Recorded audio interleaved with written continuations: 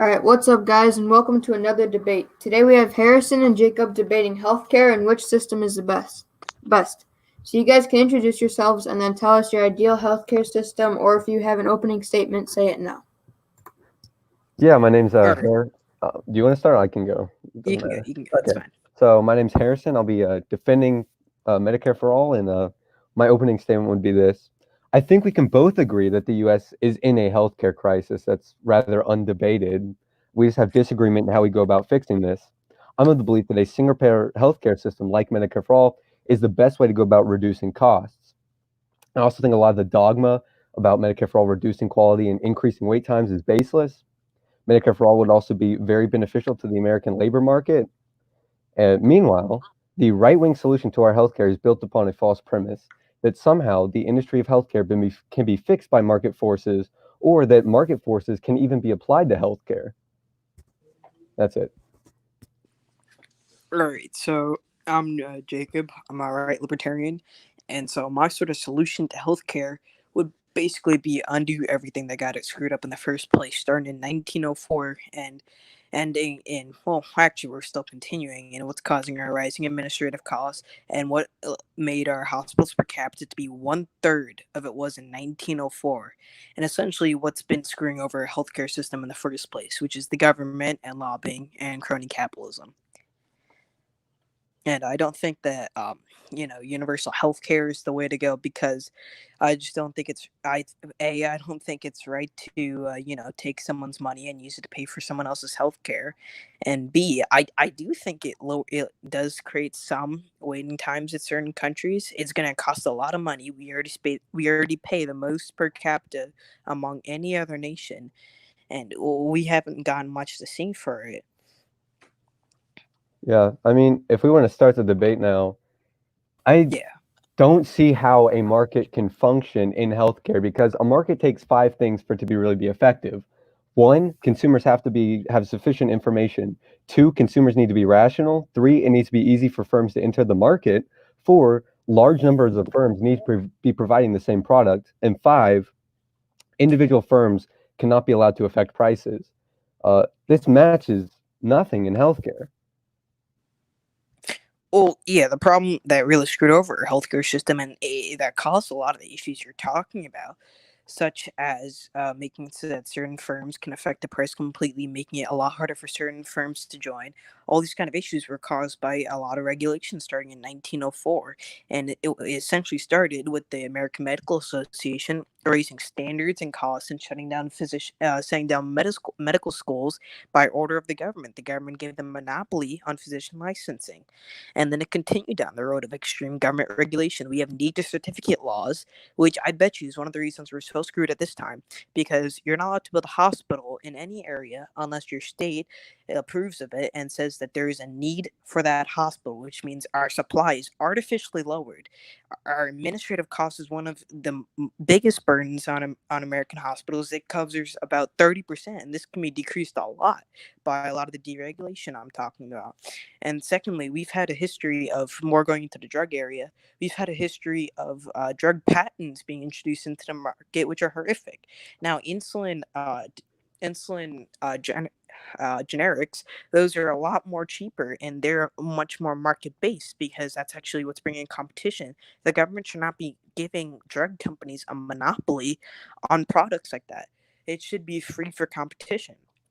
Okay, And you brought thirdly, up. Oh, okay, keep go going, ahead. keep going. You No, brought you up go. competition, but like the barriers of entry in hospitals and pharmaceuticals are so high that you cannot have enough firms to really bring competition. So like in rural areas, you were only going to have one or two hospitals. Like how many hospitals do you expect to have in like rural communities for there to be competition? Okay, so you brought up the fact that there's a high barrier of entry, right? So what do you think caused that? Because we had three times the hospitals per capita in 1904. So obviously we can be building a lot more hospitals, but there's something stopping it. And to your thing about Well, drugs, I agree, there is a huge barrier of entry created by the FDA. In fact, with Corona, they actually held back many test strips that could have reached the market that were safe and affordable. And the FDA probably got us a lot more screwed over in this situation. And they're a big reason why the cost to manufacture and redistribute drugs is a lot higher than it should be. It's become a force to just monopolize the entire industry rather than being for the safety of the people. So in 1904, the demographics and where the population of the United States was is not at all comparable to how it is now. Most people are concentrated in cities. We have a lot of people living in rural areas now, more so than in 1904. And uh, insulin prices, it doesn't have a lot to do with patent laws because, I mean, Canada still has patent laws and their insulin costs $30 each compared to the 200 we have in the US. The difference is the Canadian government is allowed to negotiate prices with pharmaceutical companies in Canada. Well, I think a lot of I think there's also something else causing that price increase, being that other countries have price limits and the U.S. doesn't, and essentially the companies make the profit with the U.S. by overhiking prices in order to compensate for the fact that they can't charge extra in other countries. And we do have something to show for it. We have the most medical patents per country. We have the most medical patents per capita. That's where all the money's going. We have a lot of research getting done here, and we have more than almost every other country. And so the money is going somewhere that is benefiting people, but it could be a lot. The price for these kinds of drugs can be greatly decreased by taking away medical patents and decreasing the presence of the FDA and regulating drugs, because the FDA creates a huge barrier of entry like you're talking about. The price limits in other countries is how they get their prescription drugs so cheap. That's limiting the market. Yes. What's your point? That market forces don't make prescription drugs cheaper, it's price controls. Well, price controls make it cheaper in other countries. The reason why it's so expensive in U.S. markets is because other countries do have that, and then they have to get the profit somewhere else, and so they turn to the U.S. And we then do if have we're going to bring up research, the first two stages of the pharmaceutical industry, all the research is done in the public sector. Okay. And? Yeah, most of the research is done by the public sector. It's not like the pharmaceutical companies are responsible for developing these new drugs. Do you have a source on that one? Yeah, I do.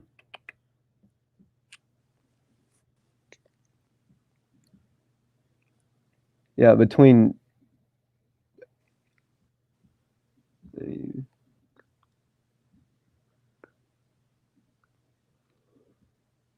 All right. So while I wait for you to sort of search that up, I'll go into another point. yeah. And so that is that the U.S. has greatly strayed from our system of direct payment and much more into insurance, which shouldn't really be a thing. We should be directly paying for a lot more things. Like our health insurance should be much more like auto insurance or home insurance. It should only be used for emergencies, and the smaller stuff you just pay out of pocket. And I think a lot of that has to do with the fact that companies were tax incentivized to provide insurance for their employees, and companies don't really care about the insurance they give their employees.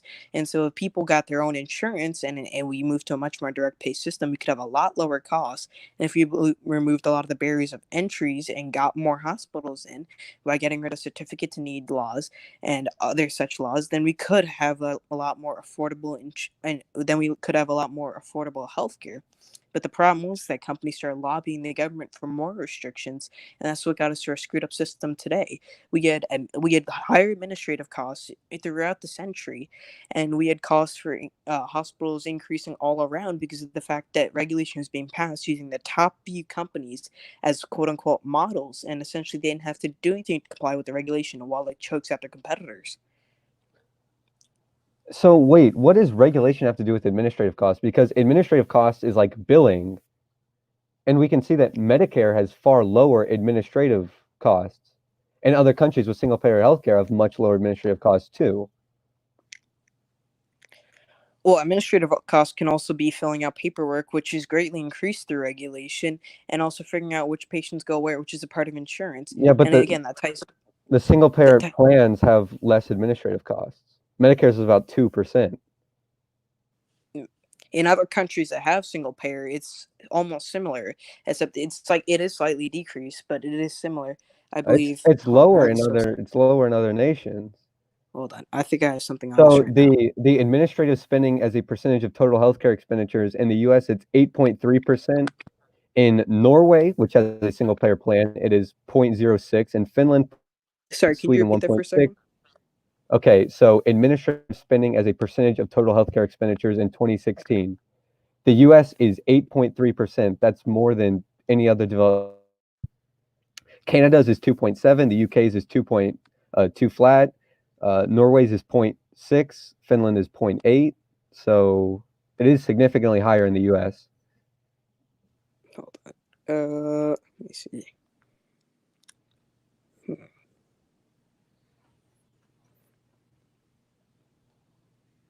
Okay. That's odd because I have a different source here saying that the U.S. paid 25.3% for administrative costs, and then it was Netherlands with 19.8 and England with 15.5. So I think it may vary from country to country there. And another thing is that there are some countries with pretty successful, not single payer. They have a much more privatized system, such as Switzerland, where they merely made it mandatory, and they have some basic plans. They have a much better system there, and again, they spend more on healthcare, but a lot of that's voluntary, and they have a much better and more quality healthcare system than we do. I mean, Switzerland still has extremely high costs. Yeah, but a lot of that is people voluntarily choosing to pay more for healthcare, and they have a significantly lower cost for public spending. Yeah, because they have a more privatized plan, but the actual amount of money that is spent on healthcare is far higher than, say, the UK, Sweden, or Canada. Yeah, but that's I would not rather necessarily. not have people being bankrupt by medical bills, even if it's less than what it is in the US now, which Switzerland still suffers from. Sorry, repeat that for a second. Switzerland still suffers with medical bill bankruptcies. So then why don't we see anyone suffer? So why don't we see anyone complaining from it from Switzerland? I mean, it's to a less extent than it is in the US, but it's still a problem. Well, again, I would argue that you're arguing that people shouldn't be forced to pay that much, but I would also say that people shouldn't be forced to pay for another's health care. Why not? Do you know Well, what because no one else is in. do you disagree with fire departments and police departments that are other taxpayer funded services? Well, no, I don't necessarily disagree with other taxpayer funded services to Then protect why would property. you not agree with taxpayer funded healthcare? Because I don't believe someone else inherently has a right to another's wealth and has But the right for someone else to pay for their but health care. fire departments and police departments are funded with tax dollars. That's other Yes, but people. they're used to protect property and protect others from theft. I mean, Healthcare. with healthcare, we're protecting people's lives. Yes, but he shouldn't just have someone else pay. You see, the thing is, dying from something like cancer is much different from being killed by another person. Being killed by another person is another human exerting force on you, which should be prevented and is immoral. Someone dying from natural causes isn't really immoral, and someone else exerting force on you. I do think it's immoral that these people can have medical conditions and that they aren't able to pay for them and they can face financial hardship because of it. I think that's immoral. Or would you not? Do Well, you think poor people not being able to afford healthcare or going bankrupt, do you think that's moral? well, well, again, they are dying from much more natural causes, and again, without our current healthcare system treating a lot of these diseases, a lot more people would be dying from it.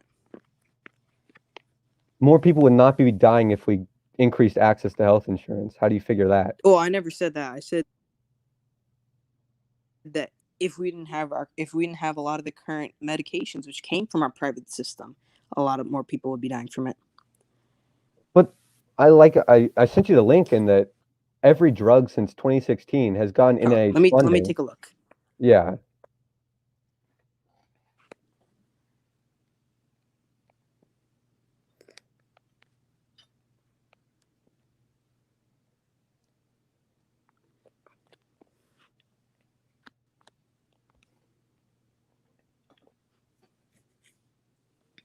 Here, I'm looking at the link right now. Give it a sec. All right, contributions of NIH funding.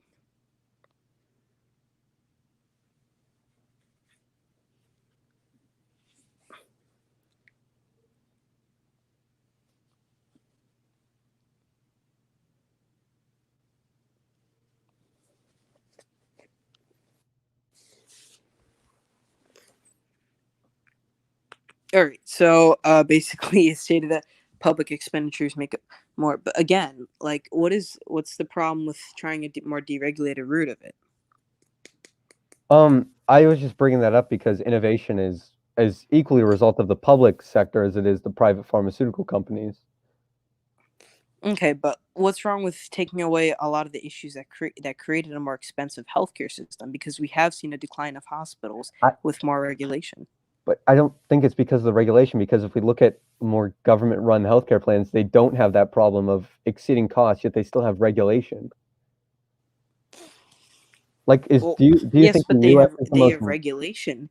However, the U.S. is completely overregulated with our need to with the need to with this certificate to need laws and the constant regulation through the entire 20th century Those and exist. the entire monopolization of licensing. Those exist in other countries, yet they don't have the same cost problem that we do. What do you mean?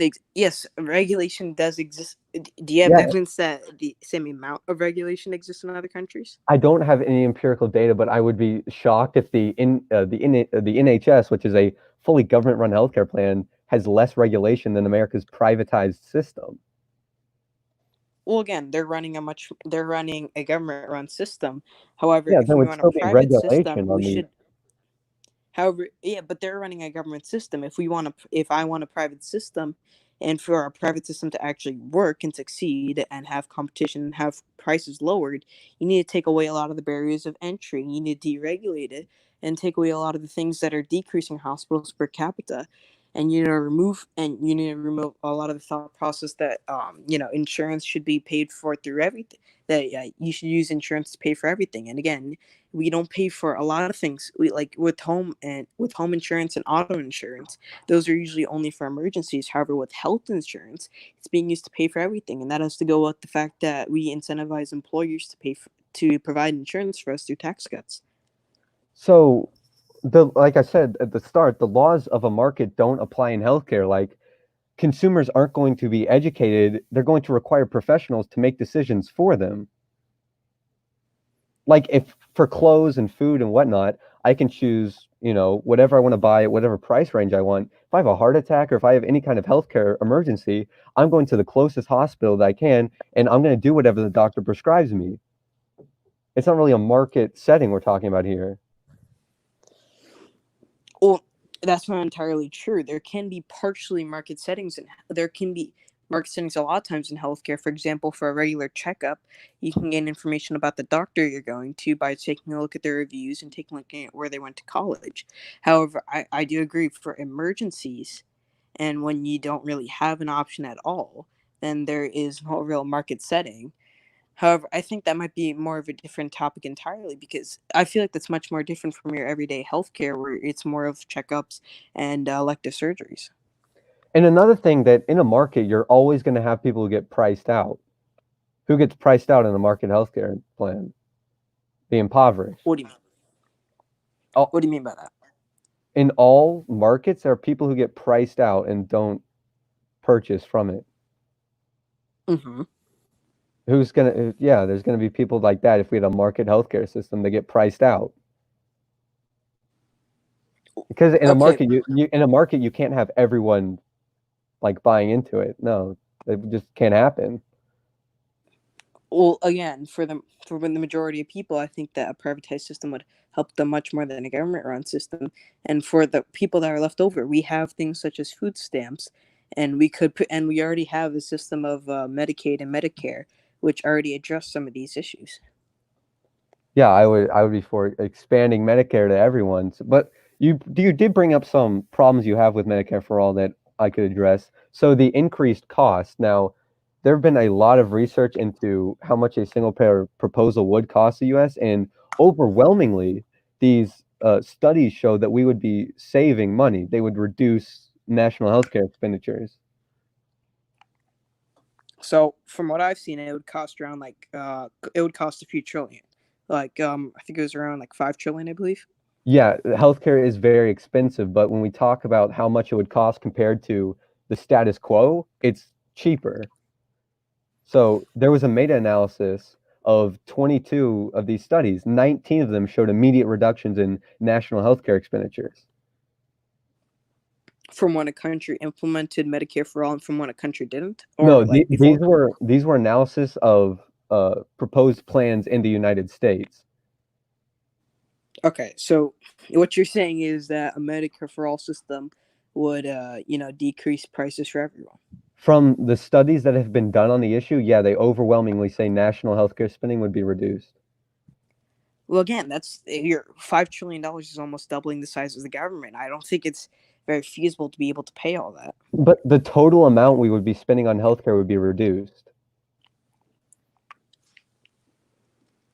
Okay, so all right? So do you have the numbers on you of the total amount that we spend currently? I'm not sure, but I can total. I'll send you the link to this study. Okay. But then again, I also think it should be someone's choice whether or not they want a government run. They want to choose the government option or a private option, because a private option may offer things that certain government options don't. Such as in other countries, you do have private options for a lot of different surgeries that the public option does not cover. I believe Yeah. in Canada they have that for more elective surgeries. They do have a private option. So Medicare would cover sort of the basic stuff it covers right now, and then dental and eye care. Anything that's not those, you could have private insurance for, which I'm fine with. I just don't want there to be duplicative care for like a lot of the essential treatments. What do you mean by duplicative care? So you would have multiple insurers.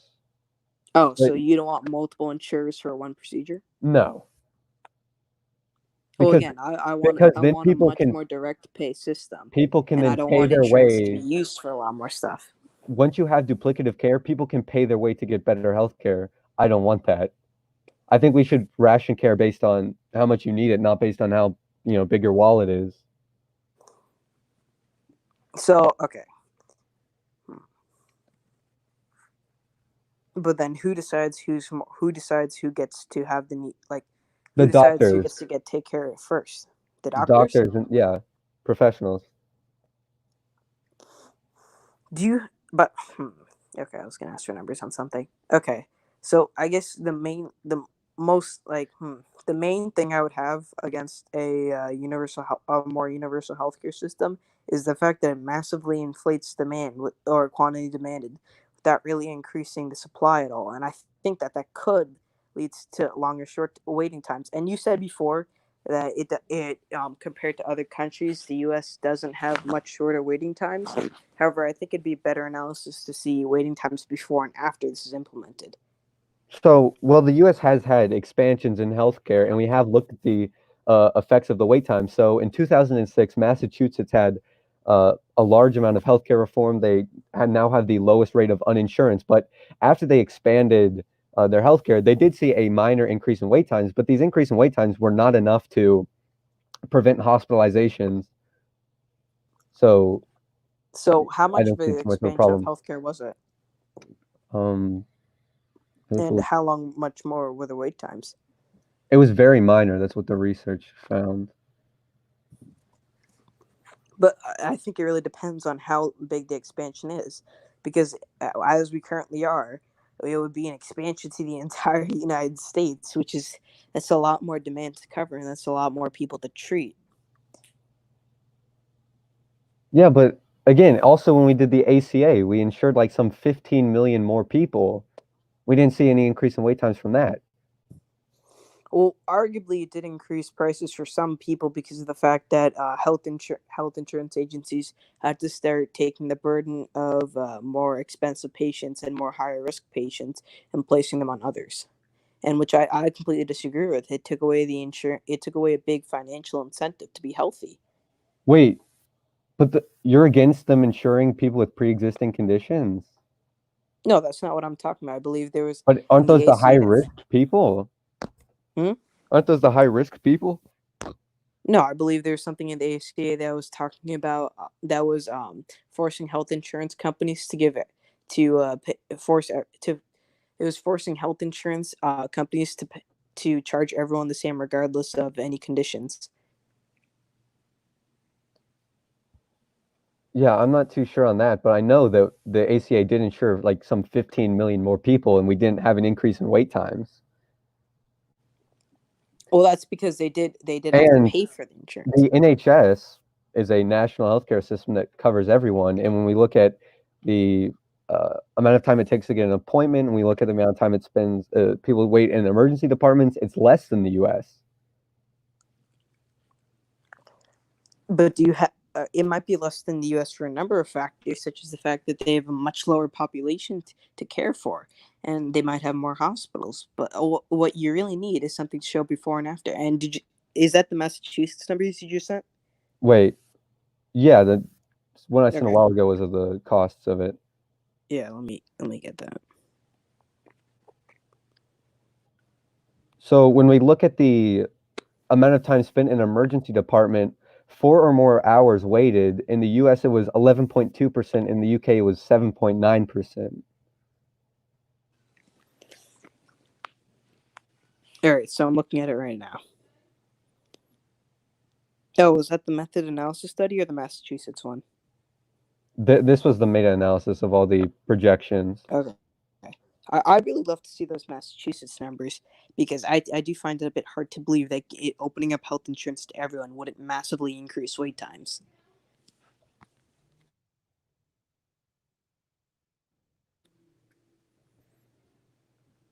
So I would really like to see Yeah. those numbers, but I guess because it would seem that massively increasing quantity demanded without really increasing supply would lead to a massive increase in wait times. And if I'm wrong on that, and I would really love to see the numbers on that. If I'm wrong to that, then possibly this what was it, Affordable Care Act, or no, Medicare for all, it does have some merits, but the thing is, I just don't see that happening. I don't see a massive quantity of demanded, not increasing wait times. So this is a quote from the Massachusetts study. Therefore, we found no evidence that Massachusetts insurance expansion had a deleterious spillover effect on preventable hospitalizations among the previously insured. Our findings should offer some reassurance that it is possible to extend access to uninsured Americans without negatively affecting important clinical outcomes. Okay, but how much should they expand insurance? Um, Because there's a difference between expanding insurance to an entire country and just insuring a couple people or certain groups of people. And I don't think it's very feasible to try and insure an entire country and not expect longer wait times or but decreased quality of care. in the UK, they insure everyone and they have shorter wait times. Yeah, but again, I said that it's really hard to compare countries with countries because there could be a lot of other factors.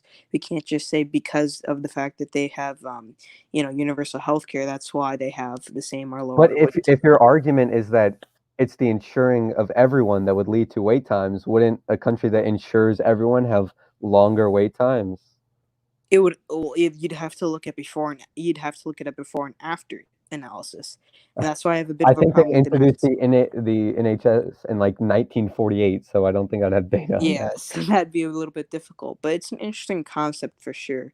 But I just don't see. I don't see a possible way where it couldn't increase wait times in the United States.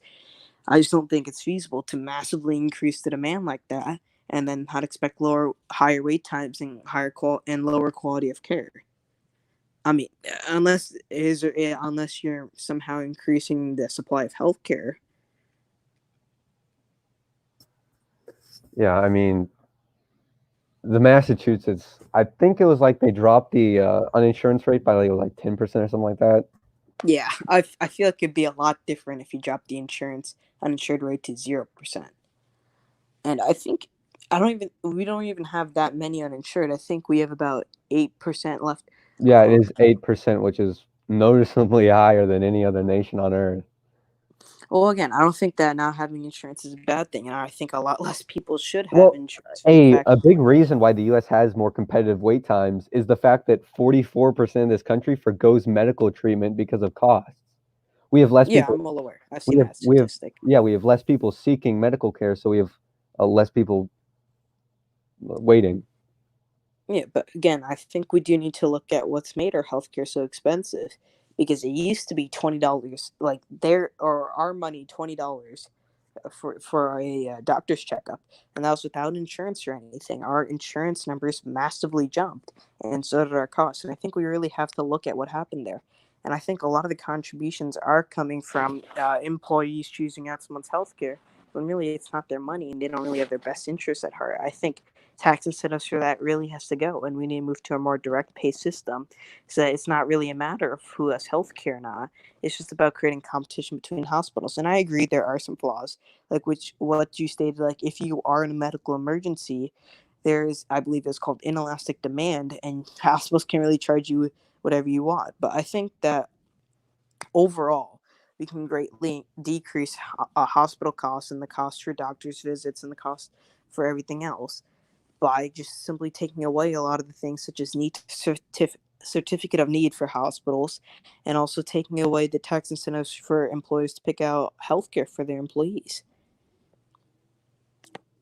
Because I don't understand why healthcare has become, you use healthcare to pay for everything related to your health and doctor's visits and hospital visits, yet we only use other the whole concept of insurance is for only paying for emergencies, and I think that's really what health insurance should be for, instead of paying for everything and then healthcare providers take advantage of people.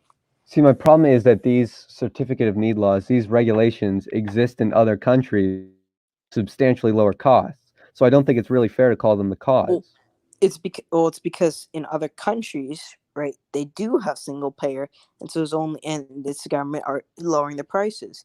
In a system where you have privatization, I can't say it right now, but you know what I mean. And you have certificate of need laws that greatly decreases competition, and it gives a lot more hospitals the Yeah, ability to sort of charge patients whatever. but competition is never going to exist in like most communities for healthcare. They're only going to have a couple insurers and they're only going to have a couple hospitals. And if you tried to have enough firms to make it competitive, why wouldn't they just merge? Well, again, oh, so your argument's that they would suddenly merge in order No, to in keep rural costs low? communities, you're always going to have monopolized power over medicine because there just isn't enough people for there to be competition. It's just too much to make a hospital for how little people are in rural communities.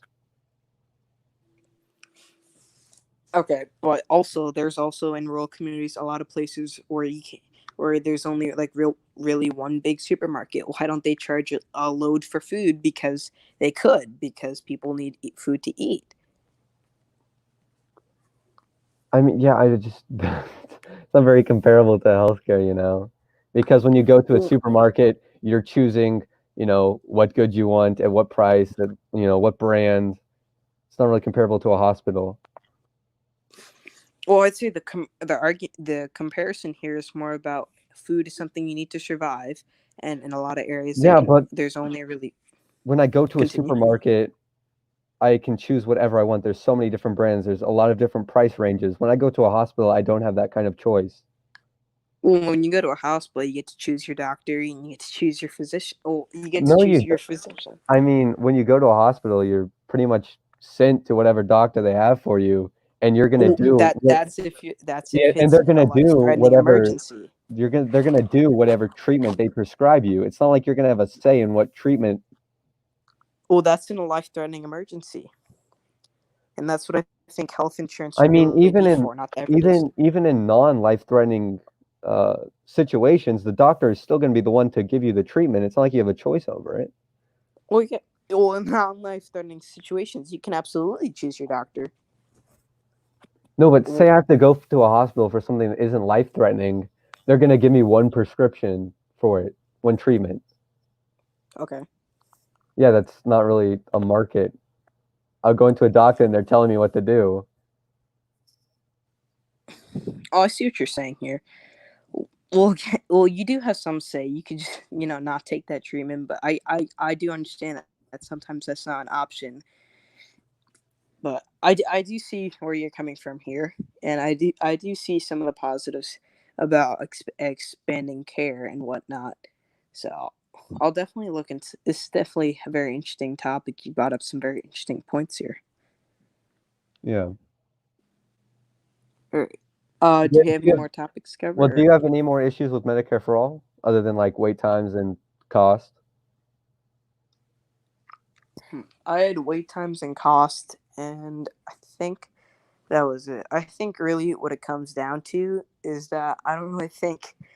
Well, you can call it contradictory because I don't want police or fire, but I don't really think I should be responsible for someone else's health care. And I'd much rather have health care as a lot of the price of health care. I'm not saying all of it. I'm not saying all of it will come down, but I'm saying a lot of it in more elective measures and doctor's visits and more everyday stuff. I believe a lot of that will come down due to competition because I agree. Some parts of healthcare, you can't really have competition, but in a lot of other parts of healthcare, when it's non-emergency and you have the time to pick out your doctor and you have the time to pick out treatment options, there's a great room for competition there to make sweeping changes in prices and quality of care. Yeah, I guess it's just sort of a moral disagreement we have. I have no problem with taxpayer dollars going to uh, help people with medical issues. Yeah, I think I that's really what so it comes down to. so what so you would have taxpayers pay for like police and fire departments, which are public services that are available to everyone, but you wouldn't have taxpayers go towards medical services, which would be publicly available for everyone. What's the difference? So I think the difference is more of, I think I went into this a little bit more. I've been thinking about this a lot recently, but I think the difference is more that police and fire are there to protect your property, and it's there to protect you from force, essentially. Like making health insurance free. Like I understand it's to protect you from dying, but there's I mean, it's just I would more. consider crushing medical debt a force. Well, I wouldn't really consider that a force on anyone, because Really? that's. I mean, you're not really harming someone, are you? But someone with crushing medical debt is severely limited in what they can do. I mean, it's force. I mean, they're limited in what they can do, but then you'd also have to argue that everything expensive that can bring someone to debt can limit what something could do is can force. Cars are very expensive. If you take out a car loan and you go essentially bankrupt, is the car company asserting force on you? No, I wouldn't say so. But again, I would just say that, by doing taxpayer subsidized healthcare, we would be preserving life. So I wouldn't have a problem with that. I think it's much more of a moral disagreement, and that's what we wrap our arguments around. Yeah. But this definitely was an interesting topic, and if I got those before and after numbers on quality of care, as well as waiting times before and after I keep forgetting what it's called, Medicare for all sort of system was implemented, I'd love to see those numbers. I mean, the problem with that is the countries introduced their universal healthcare Yeah, I policy so know. long ago that we wouldn't have data on it before. Yeah, and again, a lot of what we're talking about is speculation. I speculate that prices, that not prices, quality of care and time, wait times would increase as demand heavily increases. I would also speculate that competition could greatly decrease price in all aspects of healthcare. But again, we don't really have that much hard evidence to prove it because not many countries have adopted this sort of system that we're talking about. Well, when they did adopt it, it was so long ago, and there's not really any examples of countries with much more deregulated healthcare. But I think there's definitely a lot to talk about here, and I think that you brought up some valid points when it came to taxpayer dollars being used for healthcare. I think that it's something more to think about on whether or not your life not being saved through healthcare or crushing debt can be considered someone else using force on you. I think there's a lot to consider there morally and more philosophically, and I think there's also something to consider on whether or not having the idea of a private system is a good idea for healthcare because there is inelastic demand when it comes to emergencies. So I think there's a lot to think about here. Yeah. All right, Mason, do you have any questions for us or? No, so is that the end of the debate for you guys? I'd say so, yeah. I think so. All right, thank you guys for coming on the show or the YouTube today, and hope to see you guys in the next debate. I don't know when it is, but it is on Is Black Lives Matter Gone Too Far? And we'll see you guys in the next video. Peace out, guys.